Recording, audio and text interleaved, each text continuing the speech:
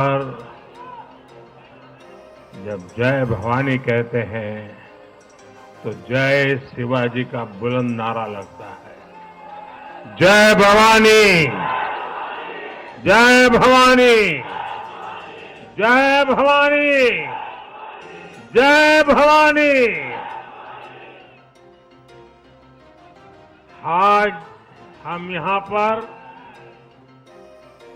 एक और ऐतिहासिक महाविजय का उत्सव मनाने के लिए इकट्ठे हुए हैं। आज महाराष्ट्र में विकासवाद की जीत हुई है। महाराष्ट्र में सुशासन की जीत हुई है। महाराष्ट्र में सच्चे सामाजिक न्याय की विजय हुई है। और साथियों, आज महाराष्ट्र में झूठ, छल, फरेब बुरी तरह हारा है।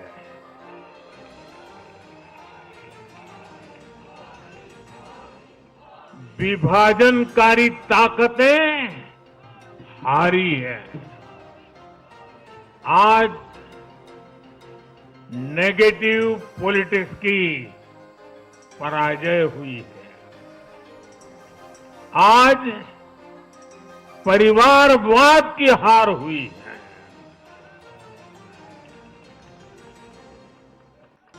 आज महाराष्ट्र ने विकसित भारत के संकल्प को और मजबूत किया है। मैं देश भर के भाजपा के,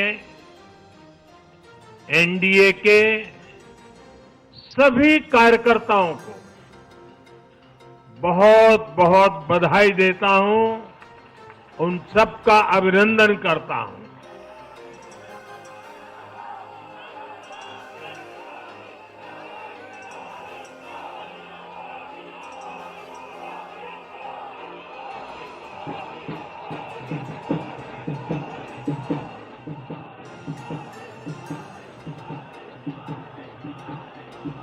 मैं श्री एकनाथ शिंदे जी, मेरे परम मित्र देवेंद्र फडणवीस जी, भाई अजित पवार जी, उन सब की भी भूरी भूरी प्रशंसा करता हूं। साथियों, आज देश के अनेक राज्यों में उपचुनावों के भी नतीजे आए हैं। नड्डा जी ने विस्तार से बताया है, इसलिए मैं विस्तार में नहीं जा रहा हूं। लोकसभा की भी हमारी एक सीट और बढ़ गई है।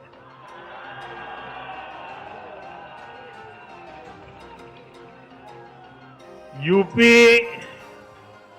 उत्तराखंड और राजस्थान ने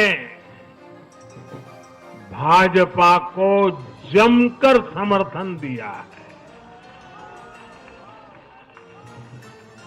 असम के लोगों ने भाजपा पर फिर एक बार भरोसा जताया है। मध्य प्रदेश में भी हमें सफलता मिली है।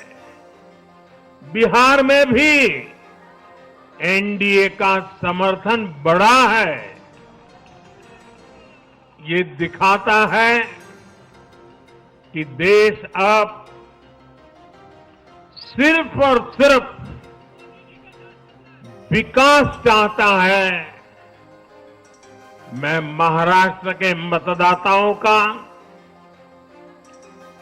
हमारे युवाओं का, विशेषकर माताओं बहनों का, हमारे किसान भाई बहनों का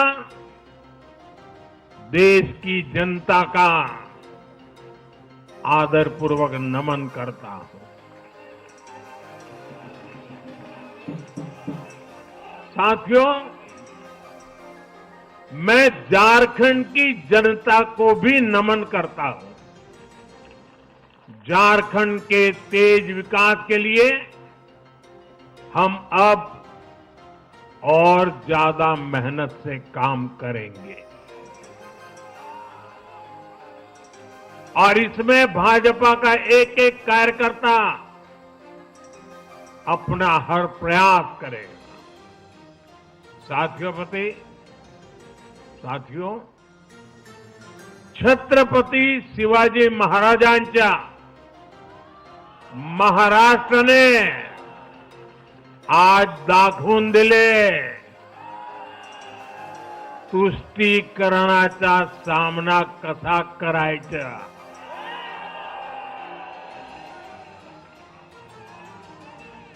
छत्रपती शिवाजी महाराज, शाहूजी महाराज, महात्मा फुले, सावित्रीबाई फुले, बाबासाहेब आंबेडकर, वीर सावरकर, बाळासाहेब ठाकरे ऐसे महान व्यक्तित्वों की धरती ने इस बार पुराने सारे रिकॉर्ड तोड़ दिए।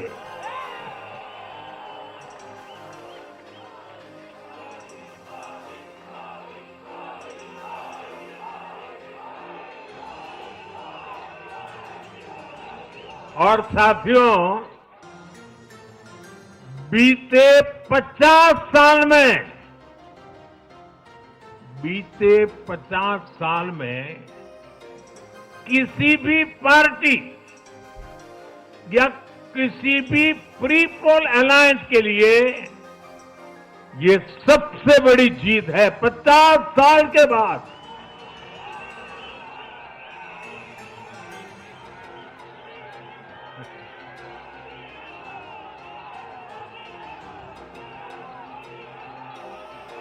और एक महत्वपूर्ण बात मैं बताता हूं, ये लगातार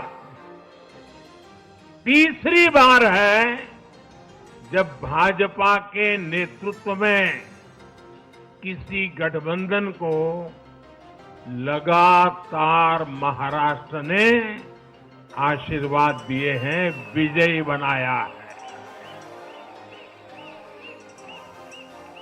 और ये लगातार तीसरी बार है जब भाजपा महाराष्ट्र में सबसे बड़ी पार्टी बनकर उभरी है।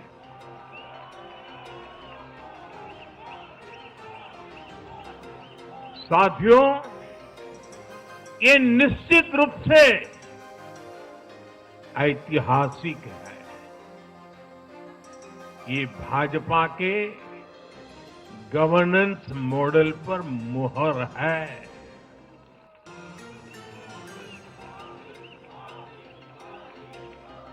अकेले भाजपा को ही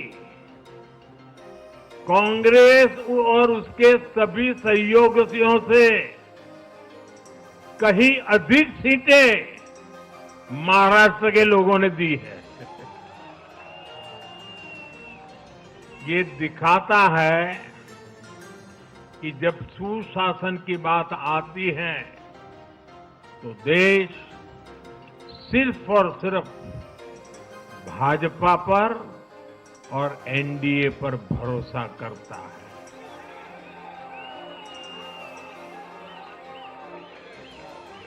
साथियों, एक और बात है जो आपको और खुश कर देगी। महाराष्ट्र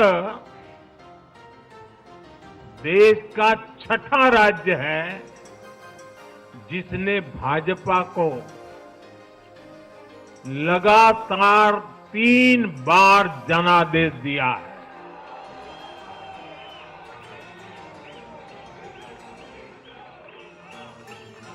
इससे पहले गोवा, गुजरात, छत्तीसगढ़, हरियाणा और मध्य प्रदेश में हम लगातार 3 बार जीत चुके हैं और बिहार में भी एनडीए को 3 बार से ज्यादा बार लगातार जनादेश मिला है और 60 साल के बाद आपने मुझे तीसरी बार मौका दिया, ये तो है ही है।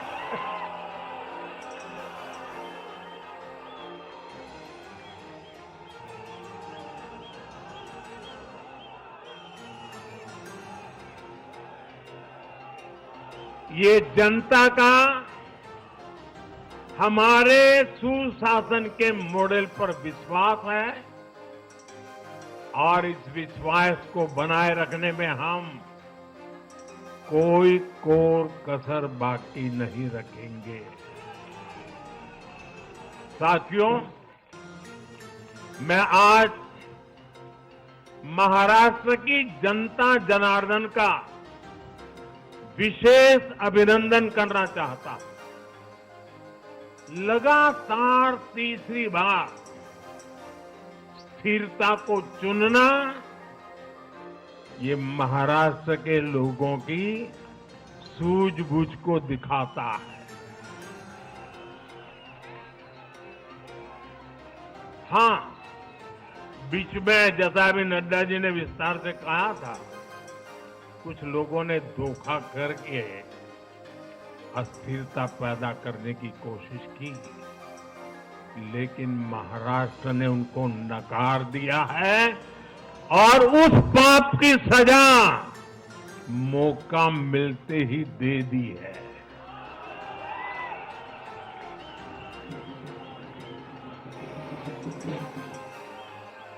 साथियों, महाराष्ट्र इस देश के लिए एक तरह से बहुत महत्वपूर्ण ग्रोथ इंजन है। इसलिए महाराष्ट्र के लोगों ने जो जनादेश दिया है वो विकसित भारत के लिए बहुत बड़ा आधार बनेगा। वो विकसित भारत के संकल्प की सिद्धि का आधार बनेगा। साथियों, हरियाणा के बाद महाराष्ट्र के चुनाव का भी सबसे बड़ा संदेश है एकजुटता। एक है तो एक है तो एक है तो ये आज देश का महामंत्र बन चुका है। कांग्रेस और उसके इकोसिस्टम, उन्होंने सोचा था कि संविधान के नाम पर झूठ बोलकर, आरक्षण के नाम पर झूठ बोलकर एससी, एसटी, ओबीसी को छोटे छोटे समूह में बांट देंगे। वो सोचते थे सब बिखर जाएंगे। कांग्रेस और उसके साथियों की साजिश को महाराष्ट्र ने सिरे से खारिज कर दिया है। महाराष्ट्र ने डंके की चोट पर कहा है, एक है तो एक है तो एक है तो सेफ है के भाव ने जाति, धर्म, भाषा और क्षेत्र के नाम पर लड़ाने वालों को सबक सिखाया है, सजा की है।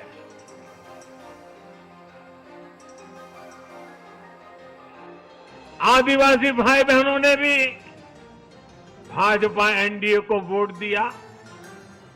ओबीसी भाई बहनों ने भी भाजपा एनडीए को वोट दिया। मेरे दलित भाई बहनों ने भी भाजपा एनडीए को वोट दिया। समाज के हर वर्ग ने भाजपा एनडीए को वोट दिया। ये कांग्रेस और इंडी गठबंधन के उस पूरे इकोसिस्टम की सोच पर करारा प्रहार है जो समाज को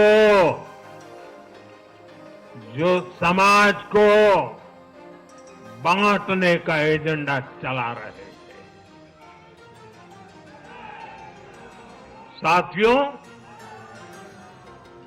महाराष्ट्र ने एनडीए को इसलिए भी प्रचंड जनादेश दिया है क्योंकि हम विकास और विरासत दोनों को साथ लेकर चलते हैं।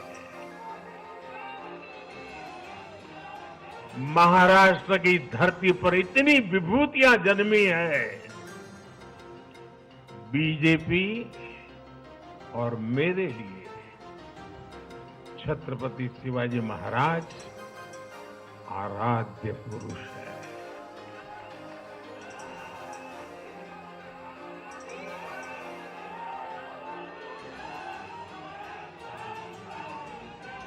धर्मवीर छत्रपति संभाजी महाराज हमारी प्रेरणा है। हमने हमेशा बाबा साहब आंबेडकर, महात्मा फूले, सावित्रीबाई फूले, इनके सामाजिक न्याय के विचार को माना है। यही हमारे आचार में है, यही हमारे व्यवहार में है। साथियों, लोगों ने मराठी भाषा के प्रति भी हमारा प्रेम देखा है। कांग्रेस को वर्षों तक मराठी भाषा की सेवा का मौका मिला, लेकिन इन लोगों ने इसके लिए कुछ नहीं किया। हमारी सरकार ने मराठी को क्लासिकल लैंग्वेज का दर्जा दिया। मातृभाषा का सम्मान, संस्कृतियों का सम्मान और इतिहास का सम्मान हमारे संस्कार में है, हमारे स्वभाव में है।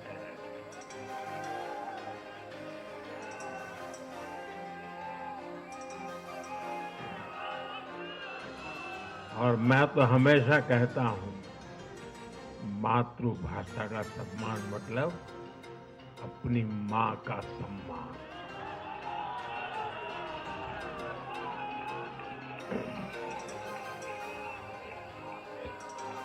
और इसलिए मैंने विकसित भारत के निर्माण के लिए लाल किले की प्राचीर से पंच प्राणों की बात की।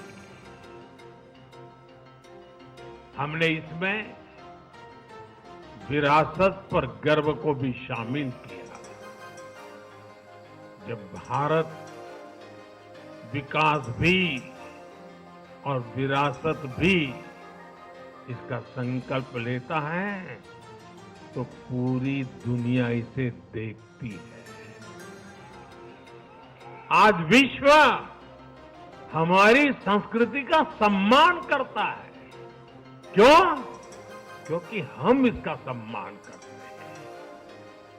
अब अगले 5 साल में महाराष्ट्र विकास भी विरासत भी के इसी मंत्र के साथ तेज गति से आगे बढ़ेगा। साथियों, इंडी वाले देश के बदले मिजाज को नहीं समझ पा रहे हैं।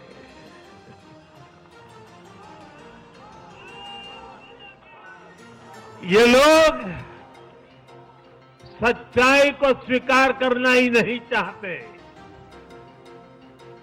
ये लोग आज भी भारत के सामान्य वोटर के विवेक को कम करके आंकते हैं।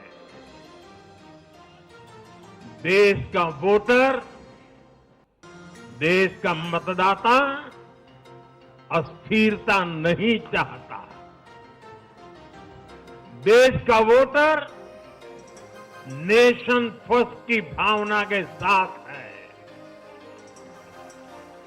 जो कुर्सी फर्स्ट का सपना देखते हैं, उन्हें देश का वोटर पसंद नहीं करता। साथियों, देश के हर राज्य का वोटर दूसरे राज्यों की सरकारों का आकलन भी करता है। वो देखता है कि जो एक राज्य में बड़े बड़े प्रॉमिस करते हैं, उनकी परफॉर्मेंस दूसरे राज्य में कैसी है। महाराष्ट्र की जनता ने भी देखा कि कर्नाटका, तेलंगाना और हिमाचल में कांग्रेस सरकारें कैसे जनता से विश्वासघात कर रही है। ये आपको पंजाब में भी देखने को मिलेगा।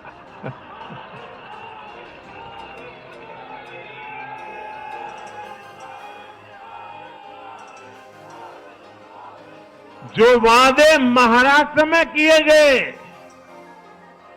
उनका हाल दूसरे राज्यों में क्या है। इसलिए कांग्रेस के पाखंड को जनता ने खारिज कर दिया है। कांग्रेस ने जनता को गुमराह करने के इसके लिए जो दूसरे राज्यों के अपने मुख्यमंत्री तक मैदान में उतारे, तब भी इनकी चाल सफल हो नहीं पाएगी। इनके ना तो झूठे वादे चले और ना ही खतरनाक एजेंडा चला। साथियों, आज महाराष्ट्र के जनादेश का एक और संदेश है। पूरे देश में सिर्फ और सिर्फ एक ही संविधान चलेगा।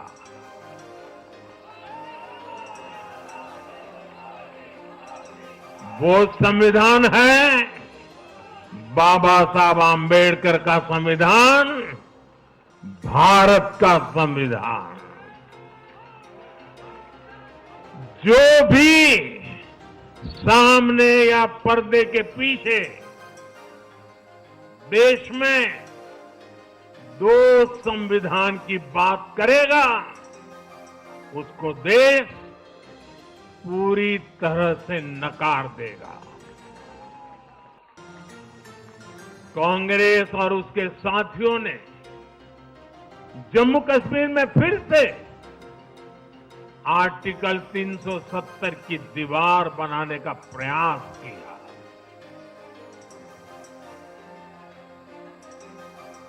वो संविधान का भी अपमान है। महाराष्ट्र ने उनको साफ साफ बता दिया, ये नहीं चलेगा। अब दुनिया की कोई भी ताकत, और मैं कांग्रेस वालों को कहता हूं, कान खोल के सुन लो,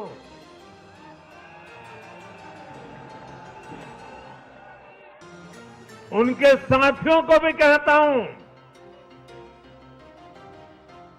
अब दुनिया की कोई भी ताकत 370 को वापस नहीं ला सकती।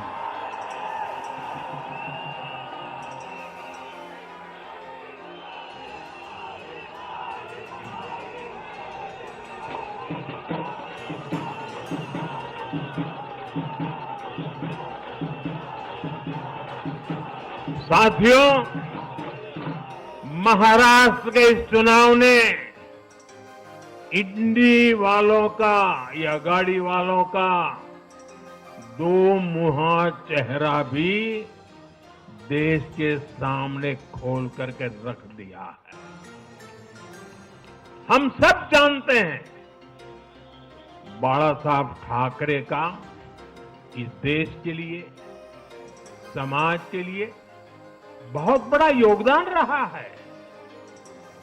कांग्रेस ने सत्ता के लालच में उनकी पार्टी के एक धड़े को साथ में तो ले लिया, तस्वीरें भी निकाल दी, लेकिन कांग्रेस का कोई नेता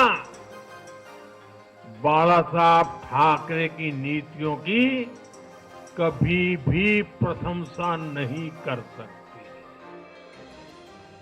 और इसलिए मैंने अघाड़ी में कांग्रेस के साथी दलों को चुनौती दी थी कि वो कांग्रेस से बाला साहब ठाकरे की नीतियों की तारीफ में कुछ शब्द जरा बुलवा करके दिखाएं। आज तक वो ये नहीं कर पाए हैं। मैंने दूसरी चुनौती वीर सावरकर जी को लेकर के दी थी। कांग्रेस के नेतृत्व ने लगातार पूरे देश में वीर सावरकर का अपमान किया है, उन्हें गालियां दी है। महाराष्ट्र में वोट पाने के लिए इन लोगों ने टेम्पररी वीर सावरकर जी को जरा टेम्पररी गाली देना उन्होंने बंद किया है। लेकिन वीर सावरकर के तप त्याग के लिए उनके मुंह से एक बार भी सत्य नहीं निकला। और यही इनका दो मुहापन है। ये दिखाता है कि उनकी बातों में कोई दम नहीं है। उनका मकसद सिर्फ और सिर्फ वीर सावरकर को बदनाम करना है। साथियों, भारत की राजनीति में अब कांग्रेस पार्टी परजीवी बनकर रह गई है।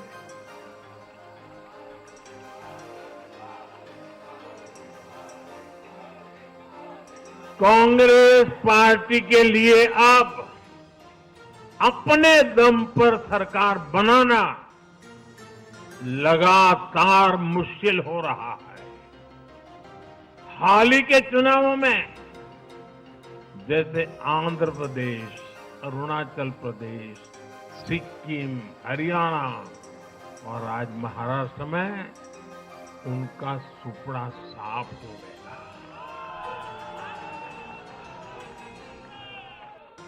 कांग्रेस की घिसी पीटी विभाजनकारी राजनीति फेल हो रही है, लेकिन फिर भी कांग्रेस का अहंकार देखिए। उसका अहंकार 7वें आसमान पर है। सच्चाई ये है कि कांग्रेस अब एक परजीवी पार्टी बन चुकी है। कांग्रेस सिर्फ अपनी ही नहीं बल्कि अपने साथियों की नाव को भी डुबो देती है। आज महाराष्ट्र में भी हमने यही देखा है। महाराष्ट्र में कांग्रेस और उसके गठबंधन ने महाराष्ट्र की हर 5 में से 4 सीट हार गए। अघाड़ी के हर घटक का स्ट्राइक रेट 20% से भी नीचे है। ये दिखाता है कि कांग्रेस खुद भी डूबती है और दूसरों को भी डुबोती है।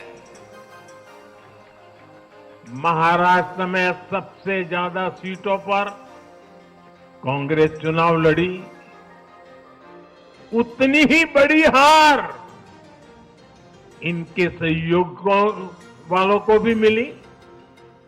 वो तो अच्छा है कि यूपी जैसे राज्यों में कांग्रेस के सहयोगियों ने उससे जान छुड़ा ली, वरना वहां भी कांग्रेस के सहयोगियों को लेने के देने पड़ जाते। साथियों, सत्ता भूख में कांग्रेस के परिवार ने संविधान की पंथ निरपेक्षता की भावना को चूर चूर कर दिया है। हमारे संविधान निर्माताओं ने उस समय 47 में विभाजन की विभीषिका के बीच भी हिंदू संस्कार और परंपरा को जीते हुए पंथ निरपेक्षता की राह को चुना था। तब देश के महापुरुषों ने संविधान सभा में जो डिबेट की थी, उसमें भी इसके बारे में बहुत विस्तार से चर्चा हुई। लेकिन कांग्रेस के इस परिवार ने झूठे सेक्युलरिज्म के नाम पर उस महान परंपरा को तबाह करके रख दिया है। कांग्रेस ने तुष्टीकरण का जो बीज बोया, वो संविधान निर्माताओं के साथ बहुत बड़ा विश्वासघात है। और ये विश्वासघात मैं बहुत जिम्मेवारी के साथ बोल रहा हूं। संविधान के साथ इस परिवार का विश्वासघात है। दशकों तक कांग्रेस ने देश में यही खेल खेला। कांग्रेस ने तुष्टीकरण के लिए कानून बनाए, सुप्रीम कोर्ट के आदेश तक की परवाह नहीं की। इसका एक उदाहरण वक्फ बोर्ड है।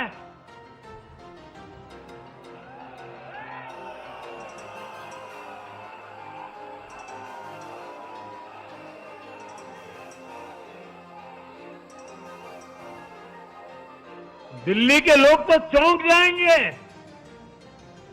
हालात ये थी कि 2014 में इन लोगों ने सरकार से जाते जाते दिल्ली के आसपास की अनेक संपत्तियां वक्फ बोर्ड को सौंप दी थी।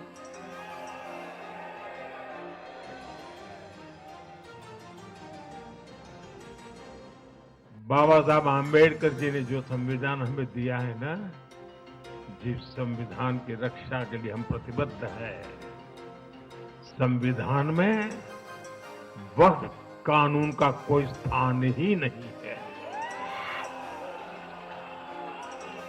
लेकिन फिर भी कांग्रेस ने तुष्टीकरण के लिए वक्फ बोर्ड जैसी व्यवस्था पैदा कर दी। ये इसलिए किया गया ताकि कांग्रेस के परिवार का वोट बैंक बढ़ सके। सच्ची पंथ निरपेक्षता को कांग्रेस ने एक तरह से मृत्यु दंड देने की कोशिश की है।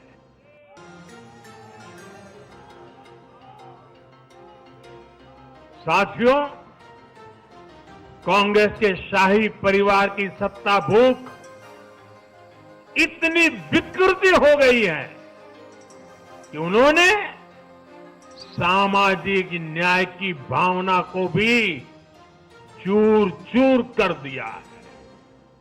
एक समय था जब कांग्रेस के नेता इंदिरा जी समेत खूब जात पात के खिलाफ बोलते थे, पब्लिकली लोगों को समझाते थे, एडवर्टाइजमेंट छापते थे। लेकिन आज यही कांग्रेस और कांग्रेस का एक परिवार खुद की सत्ता भूख को शांत करने के लिए जातिवाद का जहर फैला रहा है। इन लोगों ने सामाजिक न्याय का गला घोंट दिया है। साथियों, एक परिवार की सत्ता भूख इतने चरम पर है कि उन्होंने खुद की पार्टी को ही खा लिया है।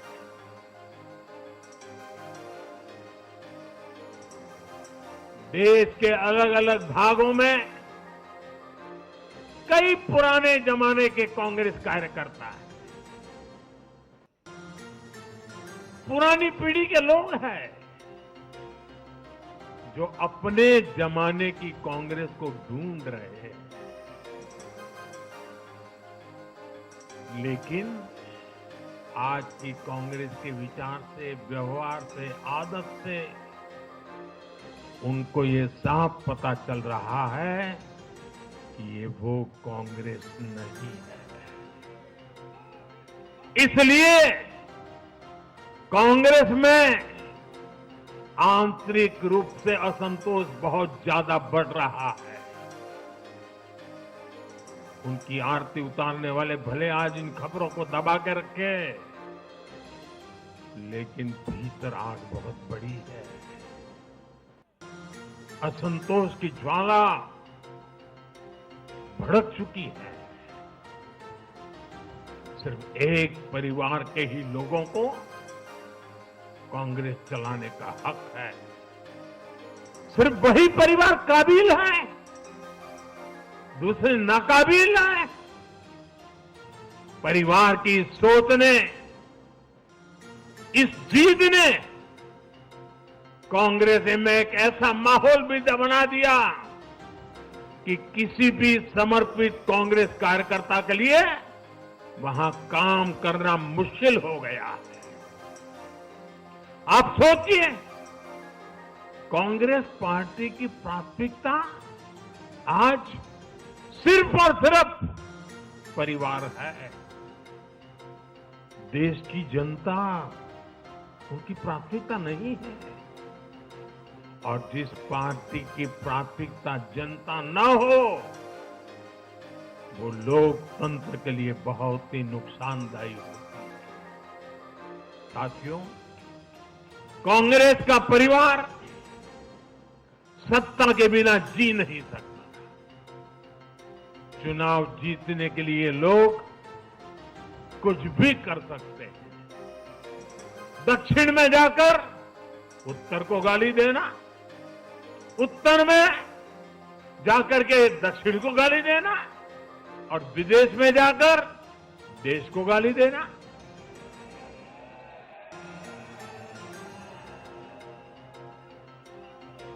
और अहंकार इतना कि ना किसी का मान, ना किसी की मर्यादा, और खुलेआम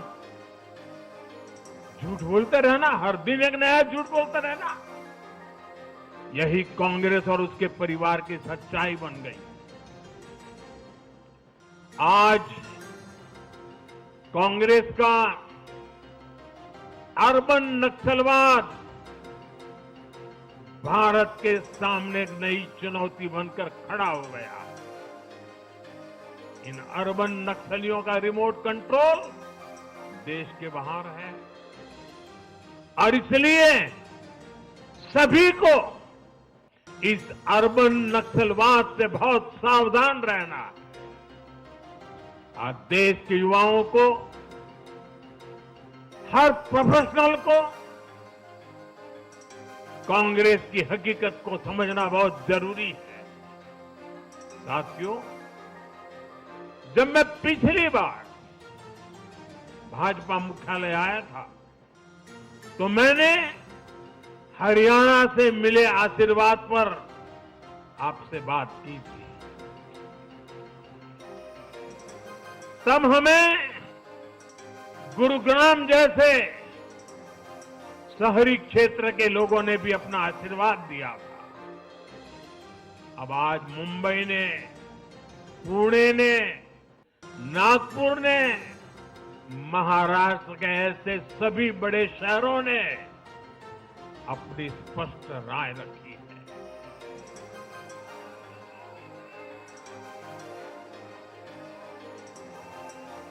शहरी क्षेत्रों के गरीब हो, शहरी क्षेत्रों के मिडिल क्लास हो, हर किसी ने भाजपा का समर्थन किया है और एक स्पष्ट संदेश दिया है। यह संदेश है आधुनिक भारत का, विश्व स्तरीय शहरों का। हमारे महानगरों ने विकास को चुना है, आधुनिक इंफ्रास्ट्रक्चर को चुना है और सबसे बड़ी बात, उन्होंने विकास में रोड़े अटकाने वाली राजनीति को नकार दिया है। आज बीजेपी हमारे शहरों में ग्लोबल स्टैंडर्ड के इंफ्रास्ट्रक्चर बनाने के लिए लगातार काम कर रही है। चाहे मेट्रो नेटवर्क का विस्तार हो, आधुनिक इलेक्ट्रिक बसें हो, कोस्टल रोड और समृद्धि महामार्ग जैसे शानदार प्रोजेक्ट हो, एयरपोर्ट का आधुनिकीकरण हो, शहरों को स्वच्छ बनाने की मुहिम हो, इन सभी पर बीजेपी का बहुत ज्यादा जोर है। आज का शहरी भारत ईज ऑफ लिविंग चाहता है और इन सब के लिए उसका भरोसा बीजेपी पर है, एनडीए पर है। साथियों, आज बीजेपी देश के युवाओं को नए नए सेक्टर्स में अवसर देने का प्रयास कर रही है। हमारी नई पीढ़ी इनोवेशन और स्टार्टअप के लिए माहौल चाहती है। बीजेपी से ध्यान में रखकर नीतियां बना रही है, निर्णय ले रही है। हमारा मानना है कि भारत के शहर विकास के इंजन है। शहरी विकास से गांवों को भी ताकत मिलती है। आधुनिक शहर नए अवसर पैदा करते हैं। हमारा लक्ष्य है कि हमारे शहर दुनिया के सर्वश्रेष्ठ शहरों की श्रेणी में आए और बीजेपी एनडीए सरकारें इसी लक्ष्य के साथ काम कर रही है। साथियों, मैंने लाल किले से कहा था कि मैं 1 लाख ऐसे युवाओं को राजनीति में लाना चाहता हूं जिनके परिवार का राजनीति से कोई संबंध नहीं। आज एनडीए के अनेक ऐसे उम्मीदवारों को मतदाताओं ने समर्थन दिया है। मैं इसे बहुत शुभ संकेत मानता हूं। साथियों, अरे चुनाव आएंगे जाएंगे, लोकतंत्र में जय पराजय भी चलती रहेगी, लेकिन भाजपा का, एनडीए का ध्येय सिर्फ चुनाव जीतने तक सीमित नहीं है। हमारा ध्येय सिर्फ सरकार बनाने तक सीमित नहीं है। हम देश बनाने के लिए निकले हैं। हम विकसित भारत बनाने के लिए निकले हैं। भारत का हर नागरिक, एनडीए का हर कार्यकर्ता, भाजपा का हर कार्यकर्ता दिन रात इसमें जुटा है। हमारी जीत का उत्साह हमारे इस संकल्प को और मजबूत करता है। हमारे जो प्रतिनिधि चुनकर आए हैं वो इसी संकल्प के लिए प्रतिबद्ध है।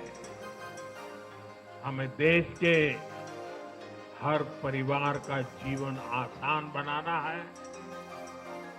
हमें सेवक बनकर, और ये मेरे जीवन का मंत्र है, हमें सेवक बनकर देश के हर नागरिक की सेवा करनी है।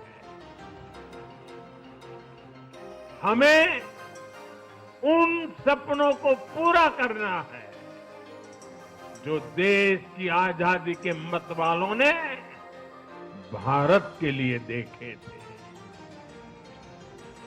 हमें मिलकर विकसित भारत का सपना साकार करना है। सिर्फ 10 साल में हमने भारत को दुनिया की 10वीं सबसे बड़ी इकोनॉमी से दुनिया की 5वीं सबसे बड़ी इकोनॉमी बना दिया।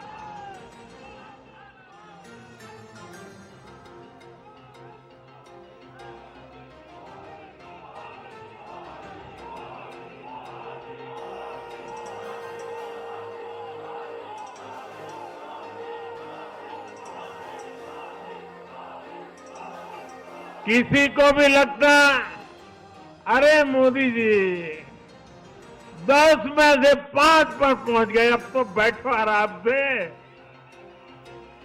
आराम से बैठने के लिए मैं पैदा नहीं हुआ।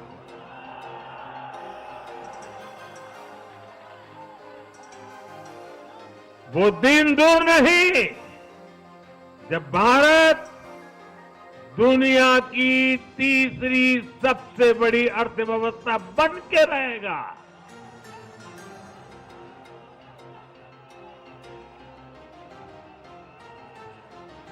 हम मिलकर आगे बढ़ेंगे, एकजुट होकर आगे बढ़ेंगे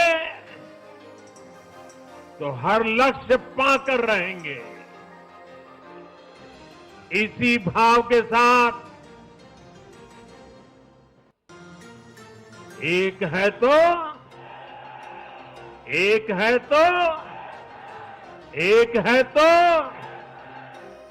मैं एक बार फिर आप सभी को बहुत बहुत बधाई देता हूं, देशवासियों को बधाई देता हूं, महाराष्ट्र के लोगों को विशेष बधाई देता हूं। मेरे साथ बोलिए, भारत माता की, भारत माता की, भारत माता की, भारत माता की, भारत माता की।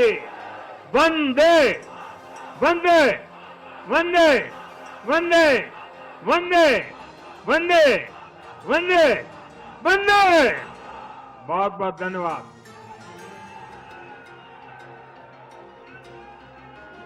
बहुत बहुत